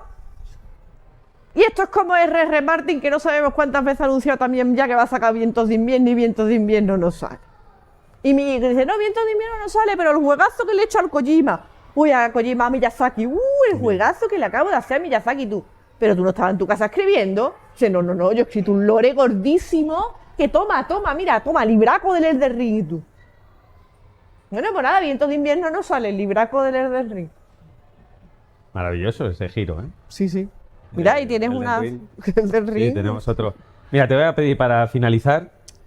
Aquí al final hemos dado la clave de ese frágil equilibrio de una saga. O sea, cuidado que no se te... o que no se perciba que estás estirando el chicle, porque ahí se rompe el vínculo emocional e incluso narrativo con tu jugador, con tu lector. Y hay que respetar mucho los cánones de una saga. En este sentido, como sagas ejemplares, tanto en literatura como en videojuegos. Top 3 libros, sagas, top 3 videojuegos, sagas. A ver, yo de libros tengo un problema que es que no suelo leer muchas sagas, pero si yo tuviera que aconsejar, por ejemplo, en ciencia ficción... Como canónica en este sentido, decir, qué bien lo han hecho. O sea, ¿cómo se justifica que haya varias entregas? The Expanse, para mí ahora mismo es una de las mejores sagas de ciencia ficción que hay publicadas. Además, para mí tiene la gran virtud de que si te quieres leer todos los libros enteros, fantástico. Si en algún momento te aburres y las quieres dejar, como los libros son más o menos autoconclusivos, la vas a dejar, te va a dejar un buen sabor de boca, porque la verdad es que la mayoría de los libros están muy bien construidos y están muy bien hechos. Lo que pasa es que la vas a seguir leyendo porque te encariñas tremendamente con los personajes. Y ojo, que a mí no me extrañaría nada, que sabemos que la serie tuvo muchos altibajos, pero que The Expanse acabe de alguna manera en videojuegos, no me extrañaría absolutamente nada, porque es que ese mundo da para un montón. The Expanse. The Expanse. Luego hay una saga que se llama Xenogénesis de Octavia Butler, que es una saga que son 2 libros, que a mí me parece, no, son 3 libros, perdón, es que Ediciones Vero ha sacado en un tomo único. Pero para mí Octavia Butler es una autora de ciencia ficción completamente imprescindible y os aconsejo muchísimo que la leáis. Luego también tiene otra saga que se llama La parábola del sembrador, que esta señora murió en los 90 y ya habla de cómo en Estados Unidos surge un presidente fascista con el lema Make America Great Again. Y esta mujer murió muchos años antes de que... Octavia Butler. El libro se llama La parábola del sembrador. Y anticipa muchas de las cosas que estamos viviendo ahora mismo, sobre todo a nivel de fascismo. La señora tenía un olor para lo que iba a pasar en Estados Unidos que parecía que se lo pilló. Para mí es una de las otras grandes sagas. Y por último, pues así saga, por poner una de no irme siempre a la ciencia ficción y poner una de literatura fantástica, pues mira, aunque no está acabada, yo os aconsejaría la saga de Neinheim de Arantzazu Serrano, que son 2 libros, pero son maravillosos. Son libros de mitología nórdica que le ha dado un giro bastante interesante y es una escritora española que está escribiendo un libro que si hubiera hecho en Estados Unidos tendría ya serie de la HBO. Entonces, yo estoy ahí convencidísima. O sea, que si en vez de llamarse Arantzazu se llamara Samantha Hudson, estuviera en Arkansas, ya vendría una serie en la HBO. Eso como sagas literarias. Como videojuego. De La Corte de los Espejos no la recomiendo. La Carta de los Espejos la recomiendo, pero es que está mal recomendarme a mí misma y además yo para la autopromoción soy muy mala. Entonces se me da mal. Luego como videojuego, para mí una saga, esto no es objetivo, esto es que yo con la saga Yakuza soy muy fan. Me gusta mucho esa mezcla de historias serias, locuras absolutamente, o sea, trama principal seria, historias secundarias de vete a buscar a un ladrón de bragas por Shibuya. O sea, a mí ese contraste me parece una salvajada. Zelda, los juegos de Zelda me parecen maravillosos como saga y para jugarlos independientemente. Y por último, por cariño porque me gustó mucho en el momento en el que la jugué, porque la jugué en un momento que me vino muy bien jugarlo, Horizon Zero Dawn. Para mí el Horizon Zero Dawn fue una saga que es cortita, los dos juegos los he disfrutado mucho, aunque es verdad que la segunda parte es un poco más de la primera, pero me ha gustado mucho y la reivindico bastante porque junto a Last of Us han empezado a introducir un tipo de personajes femeninos en los videojuegos que es muy interesante y que ya va siendo hora de que empiecen a cundir más dentro del videojuego. ¿Y de cine? De cine de sagas, pues... ¿Son las series, las sagas, las nuevas sagas del cine? Son las series, claro. Yo creo que las series, de hecho las series han comido mucho en gran parte las películas, porque una serie tiene una ventaja de que te ves un capítulo en 1 hora. Ahora para una película tienes que, si tengo 3 horas... Es que es una 2 envidia horas y a la hora de media. desarrollar los personajes. O sea, tienes una extensión Hombre. que no te da... Mira, de hecho, yo estoy convencida de que la primera serie, ya había habido otras, pero la primera serie que empezó a la gente a engancharse y que la gente vio y comentaba tremendamente fue Los Cristal. Sopranos. No, Los Sopranos. Cristal también, bueno, Cristal. Cuidado. Cuidado, Cuidado. Cristal, que mi madre trabajaba en un ambulatorio y a esa hora no iba a pincharse nadie, ¿eh? Mi madre decía que a la hora de la telenovela nadie estaba malo. Dice, no, el ambulatorio vacío, no hay nadie. Acaba la telenovela, todo el mundo aquí. Pero no, por ejemplo, en Los Sopranos, yo creo que una de las cosas que tuvo, que a la gente le empezó a llamar la atención, igual que a The Wire, es el desarrollo de los personajes. Más allá de la historia, es que hasta aquel momento... Tienes antes Enfield, Doctor en Alaska... Claro, pero eran series que eran famosas, pero no rompieron tanto el techo como le pasó con Los Sopranos, porque la ventaja que tenía estas series, que son un poco las que señalan, es que Sí, pero sí eran una sitcom. Y el problema era que las sitcoms siempre acaban en el mismo punto y no tienen Ya. un hilo que siga. Cierto. Pero lo mismo que le pasaba un poco a Doctor en Alaska, que no tiene exactamente un hilo, pero Los Sopranos de repente sí que tenía un desarrollo y los personajes iban... Y fue una cosa que no era o sea, hubo un tiempo que sí las había, pero lo normal era que cada capítulo de una serie fuera autoconclusivo. Entonces, Los Soprano, Para mí Los Sopranos es una serie que me gusta mucho. otras dos. Pues mira, de fantasía, aunque sé que ahora mismo la ha visto todo el mundo, pero a mí la serie de Last of Us me ha parecido una maravilla. Me ha parecido, además le aconsejo, si no os habéis visto los videojuegos y no queréis jugarlos por el motivo que sea, me parece un error porque los deberíais jugar, pero si veis los videojuegos os vais a hacer una idea bastante buena de lo que es la historia. Y yo hay una serie que es de dibujo animado, pero la voy a recomendar igual, que se llama Gravity Falls. Yo Gravity Falls se la recomendaría a todo Dios, porque además son 2 temporadas, tiene una historia fantástica, la ves con tus críos se lo van a pasar como un enano, pero es que tú como adulto la vas a disfrutar tremendamente. Y cuando acaba esa segunda temporada, la patata te la deja hecha polvo. Que yo sé que, claro, la gente dice, no, Stranger Things, digo, sí, Stranger Things, no, Gravity Falls, que es lo mismo, pero con dibujos animados. Y es family friendly. Entonces yo la verdad es que a mí Gravity Falls es una serie que me ha gustado mucho. Ese te Cobra Kai o aconsejo que la Stranger veas. Things. ¿Qué? Cobra Kai o Stranger Things. Cobra Kai. Me acuerdo de Gravity Rush. No sé si has jugado ese juego. Sí. Además yo lo jugué en Vita. Yo creo el mejor juego para la PlayStation Vita, que es maravilloso ese juego. Asiente alguien, tú lo has jugado. Gravity Rush, los dos. ¿Queréis participar? ¿Quiere alguien decir sus series aquí, su top 3 series y narrativa? Pero tiene que venir aquí, al centro del sofá. Espera, me quitas. Ya los has desanimado. Ya lo se desanima por esto, ¿no? Que lo del centro del sofá impone. Porque impone. Claro. ¿Eh? ¿No te quieres poner? Pues coge el micrófono. Venga, por lo menos danos tu top 3. Assassin's Creed. Mira, me gusta eso. Sagas de videojuegos, ¿no? Sí, yo principalmente videojuegos. Sí. Porque, a ver, de película, pues bueno, me gustan Ojo, Hay una saga con diente de sierra, ¿no? Algunas muy buenas y algunas no tanto. Es que es la saga de las que más también es prolíficas muy que hay. larga. Le pasa lo mismo que lo que decíamos antes del Kingdom Hearts o el Final Fantasy, es que es muy larga. Que Es es que muy tiene larga. muchos juegos que, a ver, pues obviamente algunos son mejores que otros en tema narrativo o tema de gameplay o como quieras llamarlo. Pero Vale. lo que por general la saga Assassin's Creed pues es mi favorita. O sea, ¿has jugado algún Assassin's Creed? Sí, sí, sí. ¿El Black Flag? ¿Cuál? Black Black Flag, Flag. el Sí. 4. Sí. Que ese es maravilloso el juego realmente. Syndicate es maravilloso. También lo he jugado. A mí Origins lo defiendo, aunque hay gente que no. Tiene los bugs, pero a ver, por lo general está bien. Sí. Porque luego después de las últimas que han echado, que es de la egipcia, griega y vikinga, Mm.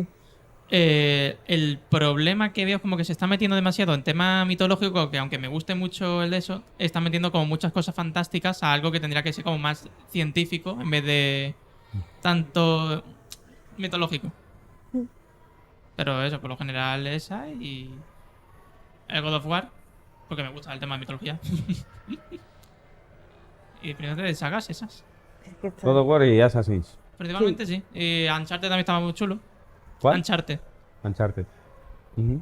Sí, hombre, tuvo Un una. protagonista carismático.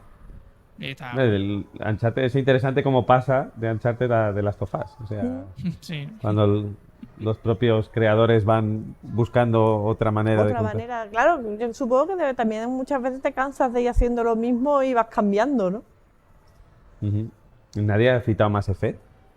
Hombre, los Mass ¿Por qué? Effect son maravillosos. Yo es que no. Yo lo he los jugado. Mass Effect, o sea, estarían, no los he puesto en la lista, pero jugarlos, por Dios, los Mass Effect son maravillosos. O sea, el Capitán Shepard está siempre en mi equipo. No sabe bailar, pero yo es que con eso me identifico mucho. ¿Lo jugabas como hombre o como mujer? Uno lo jugué como mujer, otro lo jugué como hombre, lo fui cambiando. ¿Y cuál te gustó más? Como experiencia, digo. Como experiencia, hombre, el Mass Effect, es que son dos juegos que te llegan mucho a la patata, con lo cual, hombre, a mí el Mass Effect 1, porque fue el primero, y era un cambio muy grande, me gustó bastante. O sea, el segundo no es que no me gustara, pero es que el primero me pilló en un momento además que fue de, esto era justo lo que quería jugar ahora mismo. Y de series no me habéis mencionado Galáctica. Porque Me tengo yo que ir, ¿eh? Yo O soy sea- poco pero yo soy poco de series de ciencia ficción. Ahí lo ves, si estuviera aquí Jordi, que es mi compañero en Caja de Letras, Galáctica te la habría nombrado. Porque a él le gusta mucho Galáctica. Yo es que los Cyclones no los...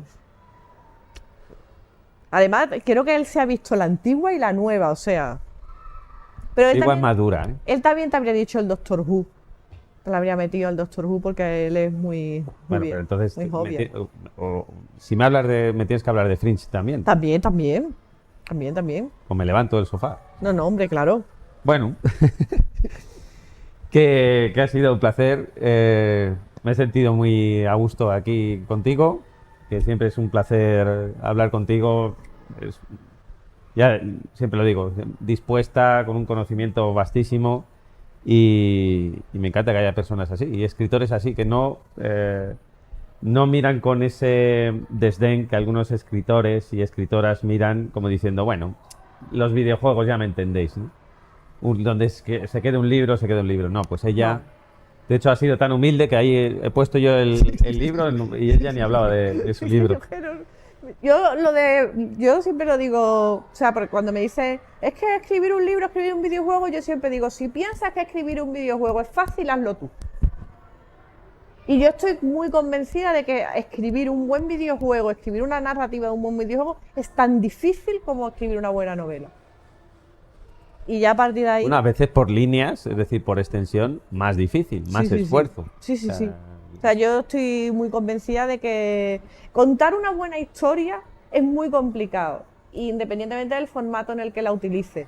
Pero es que además el formato del videojuego para mí tiene la complicación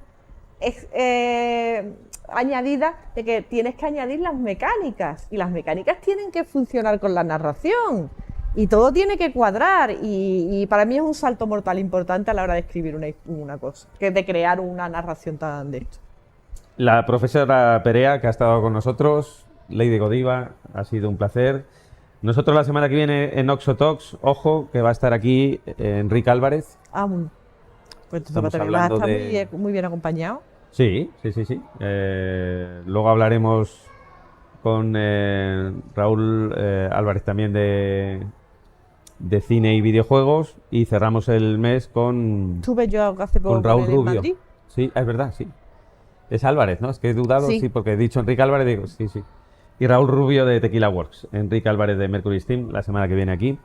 Y ya os adelanto que estaremos presentes en Gamépolis, desde el Museo Oxo y las Oxo Talks. Vamos a tener un espacio específico dentro de Gamépolis donde vamos a desarrollar las Oxo Talks en formato condensado. Va a haber, bueno, depende, no quiero adelantar mucho, pero mínimo 2 por jornada, con sofá. Vamos a llevar el sofá de aquí a Gamépolis y podéis disfrutarlo allí. Y también van a quedar las charlas en el canal de YouTube del museo. Que sigáis disfrutando de la cultura del videojuego, que sigáis disfrutando de este pedazo de museo que es el Museo Oxo. Muchas gracias a Julio Gómez y a Guille que han estado preparando este set. Ya veremos la semana que viene qué hay por aquí. Y muchas gracias a vosotros presencialmente. Y a todas vosotras y vosotros deciros que aquí seguimos conectados. Twitch.tv/OxoMuseo. Buscáis Oxo Museo en las redes. Y estamos creciendo poco a poco y ahí estamos. Que ha sido un placer. Hasta la próxima y por más horas de juego. Chao.